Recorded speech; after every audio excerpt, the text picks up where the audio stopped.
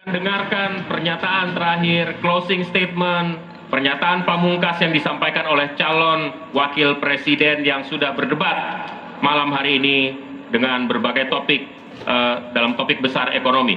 Kesempatan pertama kami berikan kepada calon wakil presiden nomor urut 1 Bapak Muhaimin Iskandar untuk menyampaikan pernyataan penutup. Waktu Anda 2 menit. Terima kasih.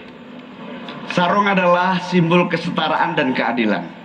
Sarung itu lembut, tapi di tangan orang yang baik bisa jadi selepet atas ketidakadilan dan kecurangan. Yang tidak ada dalam kebijakan ekonomi kita saat ini adalah keberanian untuk mewujudkan aturan main dan keberanian untuk berpihak kepada rakyat. Itulah kenapa kami menggagas Slepetnomics sebagai solusi ekonomi kita. Segala ketidakadilan kita selepet. Slepetnomics adalah gagasan ekonomi yang sudah diuji oleh para pakar dan berbasis pada pengalaman batin dan juga pengalaman rasa. Ke depan, proyek yang menyedot begitu banyak uang rakyat hanya untuk memenuhi selera tertentu, kita harus selepet. Kita hadirkan perubahan berupa pemerataan dan pembangunan kota-kota dan desa-desa di seluruh Indonesia. Ke depan, kecurangan pembuatan yang merangkap sekaligus pemain bisnis harus kita selepet. Kita bangun kesetaraan bagi semua pelaku usaha untuk maju bersama. Dengan Slepetnomics kita pastikan pembangunan ekonomi Indonesia dikerjakan pakai hati, pakai otak. Sekali lagi, pembangunan Indonesia dilaksanakan pakai hati, pakai otak. Doa semoga insya Allah saya dan Mas Anies memimpin Indonesia, kita kerjakan pembangunan dengan menggunakan pakai hati, pakai otak. Semoga kita senantiasa diberi kekuatan untuk mewujudkan perubahan bagi bangsa kita. Amin. Baik. Ingin dimanfaatkan waktunya cukup, Bapak? Kita lanjutkan ke calon wakil presiden nomor urut 2, Bapak Gibran Rakabuming Raka untuk menyampaikan pernyataan penutup. Waktunya 2 menit, kami persilahkan Bapak.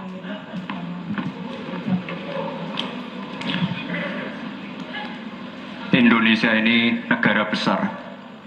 Kita harus bersyukur di tahun 2020 sampai 2030 nanti kita akan mendapatkan bonus demografi. Saat itulah sebagian besar penduduk kita ada pada usia produktif. Ini kesempatan kita untuk meningkatkan produktivitas nasional. Peluang untuk menuju Indonesia emas makin terbuka lebar. Tapi Bapak Ibu yang saya hormati, teman-teman sesama anak muda, ingat, kesempatan ini hanya datang sekali. Kesempatan ini tidak akan terulang lagi. Untuk itu kita harus kerja keras, kerja fokus, berani melakukan lompatan. Saya ucapkan terima kasih kepada Pak Prabowo yang sudah memberikan saya kesempatan untuk ikut andil dalam kontestasi ini. Saya sangat bangga sekali saya menjadi bagian dalam perjalanan menuju Indonesia emas. Saya ucapkan terima kasih juga Prof. Mahfud, Gus Muhaimin. Saya sangat senang sekali bisa satu panggung dengan orang-orang hebat seperti ini. Senang sekali anak muda bisa bertukar pikiran dengan ketua umum partai, orang profesor. Sekali lagi terima kasih. Anak-anak muda harus saling mendukung, anak-anak muda harus saling bergandengan tangan. Saya yakin Indonesia emas bisa tercapai.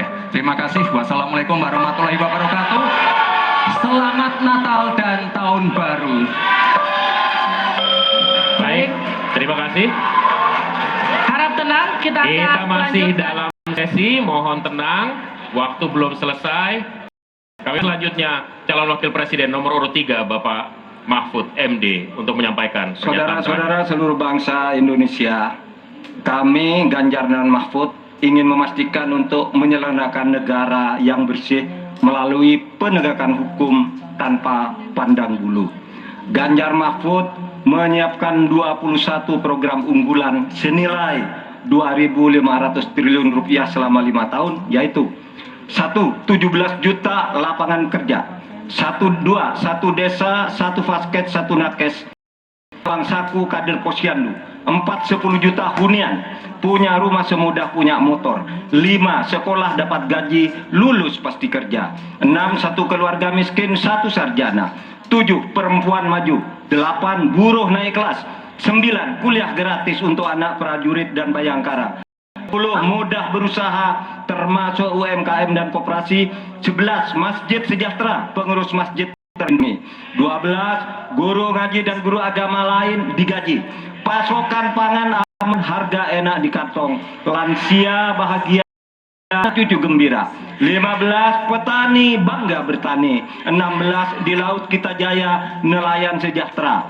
17 disabilitas mandiri berprestasi, 1 desa 1 mobil akses, 18 internet super cepat gratis dan merata, 19 bansos pasti lanjut tapi harus tepat sasaran, 20 sikat KKN, dan terakhir KTP Sakti. Segala kebijakan harus mengutamakan kemakmuran dan kesejahteraan rakyat, termasuk memelihara fakir, miskin, dan anak terlantar seperti ketentuan pasal 34 ayat 1 Undang-Undang Dasar. Semoga niatan baik dan keikhlasan kami mendapat ganjaran ilahi dan tercatat di Lauhil Mahfuz. Selesai. Kita berikan apresiasi yang paling meriah untuk ketiga calon wakil presiden kita. Saya undang Pak Muhaimin, Pak Gibran, dan Pak Mahfud untuk ada di tengah. Untuk ada di tengah lingkaran merah ini. Kami juga memohon agar Pak Anies, Pak Prabowo, dan Pak Ganjar mendampingi calon wakil presiden masing-masing. Kami persilakan Ini para adalah calon presiden. calon pemimpin kita yang dapat Anda pilih nanti di tanggal 14 Februari 2024. Kami juga mengundang Ketua KPU dan anggota KPU untuk bergabung bersama kita di sini.